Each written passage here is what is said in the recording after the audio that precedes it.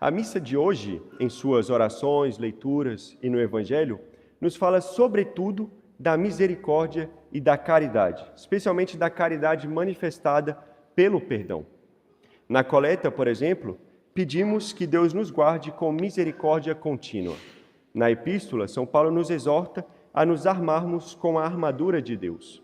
No Evangelho, Nosso Senhor nos conta a parábola do servo que, apesar de ser perdoado de uma dívida impagável, não perdoa seus devedores, obrigando-os a pagar o que deviam. Vemos claramente nesse Evangelho o valor e a importância do perdão e da misericórdia, no fundo, da caridade. Vale a pena sublinhar que Nosso Senhor conta essa parábola logo após São Pedro perguntar quantas vezes devemos perdoar. Até 7, pergunta ele. E Nosso Senhor responde: não te digo até 7 vezes, mas até 70 vezes 7. O que significa tantas vezes quantas forem necessárias. A lei do perdão, como o Evangelho nos ensina, é de uma exigência absoluta. Não devias compadecer-te do teu companheiro como eu me compadeci de ti, diz o Senhor da parábola de hoje. A lei da caridade e do perdão é total e exige de nós uma renúncia tremenda e profunda. Assim como o ato de amor a Deus por nós, expresso na encarnação e na redenção. O ato de perdoar é uma imitação da ação de Deus, que nos perdoa e espera que nós também nos perdoemos mutuamente. No entanto, para cumprir essa lei, é preciso muita renúncia, espírito sobrenatural e humildade. Perdoar não é tão simples quanto parece. Conceder o verdadeiro perdão não é nada fácil. Perdoar não é apenas dizer que esqueceu algo sem realmente esquecer. Nem é simplesmente evitar um ato de vingança. O verdadeiro perdão é profundo. É querer o bem daquele que nos ofendeu. É simplesmente amar o nosso inimigo. Para perdoar verdadeiramente é necessária muita humildade. Quem perdoa de fato se humilha. Além disso, o perdão exige renúncia, pois muitas vezes é necessário abrir mão dos desejos da carne, da vingança ou de qualquer outra ação. E mais, aquele que perdoa precisa de um espírito verdadeiramente sobrenatural, porque diante de uma ofensa ou injustiça, o homem, após o pecado original, tende a atacar e não a perdoar. O verdadeiro perdão é algo profundo, algo que só a graça de Deus pode nos capacitar a realizar. Perdoar verdadeiramente é um ato da graça de Deus. O verdadeiro perdão é obra da graça divina, é a ação do Espírito Santo. Contudo, como a graça exige nossa cooperação, porque Deus quer assim, vale a pena refletirmos sobre o que devemos fazer para perdoar os que nos ofendem. E perdoar é necessário. Seremos perdoados na medida em que perdoamos. É isso que pedimos no Pai Nosso. Perdoai-nos as nossas dívidas, assim como nós perdoamos aos nossos devedores. Nós seremos perdoados na medida que perdoamos. O perdão tem uma importância singular na vida espiritual, pois envolve o amor. Quem perdoa, ama. Quem não perdoa, enfraquece a sua capacidade de amar. E quem não ama, não agrada a Deus. Como já citei, perdoar verdadeiramente exige grande renúncia. E essa renúncia implica a mortificação do nosso egoísmo.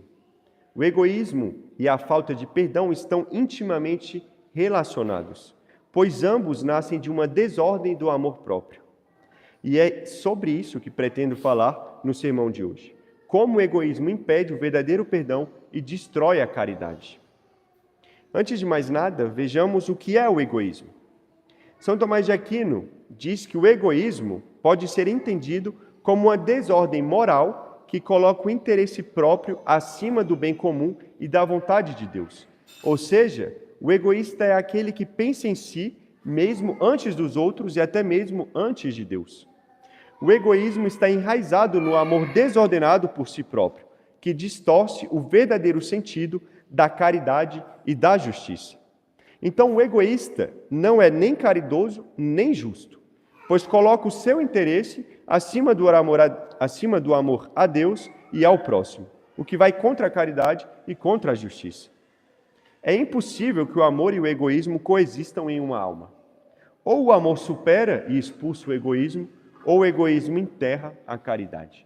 Ou há egoísmo, ou há amor.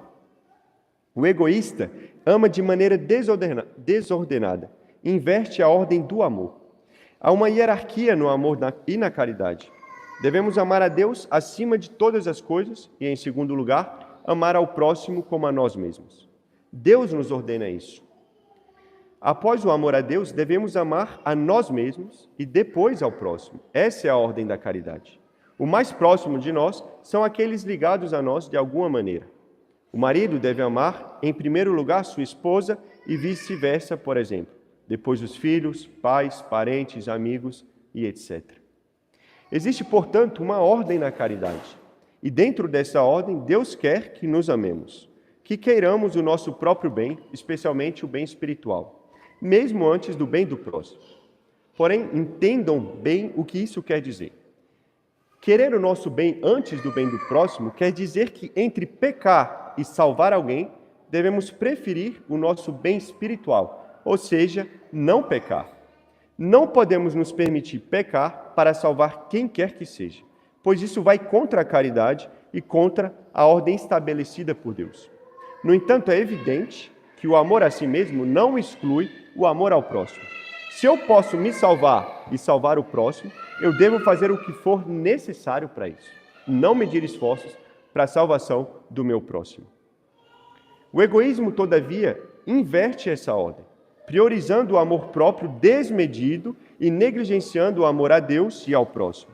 Não é simplesmente buscar o próprio bem, mas buscar esse bem de maneira desordenada, ignorando os deveres para com os outros e para com Deus. O egoísta pensa só em si e ama somente a si. Agora, após vermos o que é o egoísmo, fica claro o quão perigoso ele é, o quanto ele prejudica a caridade e, por consequência, o perdão.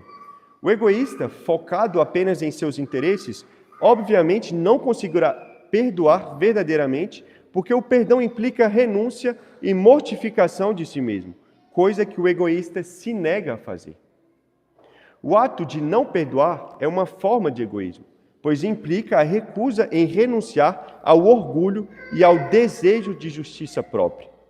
O egoísta leva à falta de perdão, e a falta de perdão é uma expressão de egoísmo. O egoísta não consegue perdoar. O servo do evangelho de hoje é um exemplo puro de egoísmo. Ele pede perdão ao Senhor porque não podia pagar a sua dívida impagável, buscando o seu próprio interesse. No entanto, com o seu devedor, ele não demonstrou caridade nem misericórdia, exigindo o pagamento da dívida de maneira severa, colocando em cárcere o seu devedor. E assim age o egoísta, conforme seus interesses, sem pensar na caridade e na misericórdia. O egoísta está focado em sua própria mágoa e orgulho. Ele alimenta seus ressentimentos e prefere manter o conflito a oferecer o perdão. Ele age contra a ordem natural e divina, priorizando o seu próprio bem de maneira desordenada, prejudicando a si mesmo e aos outros. O egoísmo é contrário à lei do Evangelho, à lei da caridade. Ora, se aplicarmos o que acabamos de dizer em nossa vida, provavelmente veremos que em algumas situações nós não perdoamos devido ao nosso egoísmo, à nossa falta de renúncia de si. E por muitas vezes nós mesmos alimentamos as nossas mágoas e o rancor. Logo, vale a pena falar do remédio contra o egoísmo, ou seja, para facilitar o perdão. Então, o remédio contra a falta de perdão e contra o egoísmo é o exercício da caridade e da humildade. A virtude contrária ao egoísmo é a caridade, o qual é o amor a Deus e ao próximo. Santo Tomás nos ensina que para superar o egoísmo é necessário cultivar o amor a Deus acima de todas as coisas e, como consequência, amar ao próximo como a si mesmo. A caridade nos leva a buscar o bem do outro e a renunciar aos nossos próprios interesses, mortificando o egoísmo, o que nos leva ao verdadeiro perdão. Então é necessário a caridade para poder perdoar. Perdoar é necessário, e é perdoando que nós somos perdoados. Porém, para perdoar é preciso renunciar a si mesmo. Procuremos, então, mortificar nosso egoísmo, para poder perdoar verdadeira e profundamente.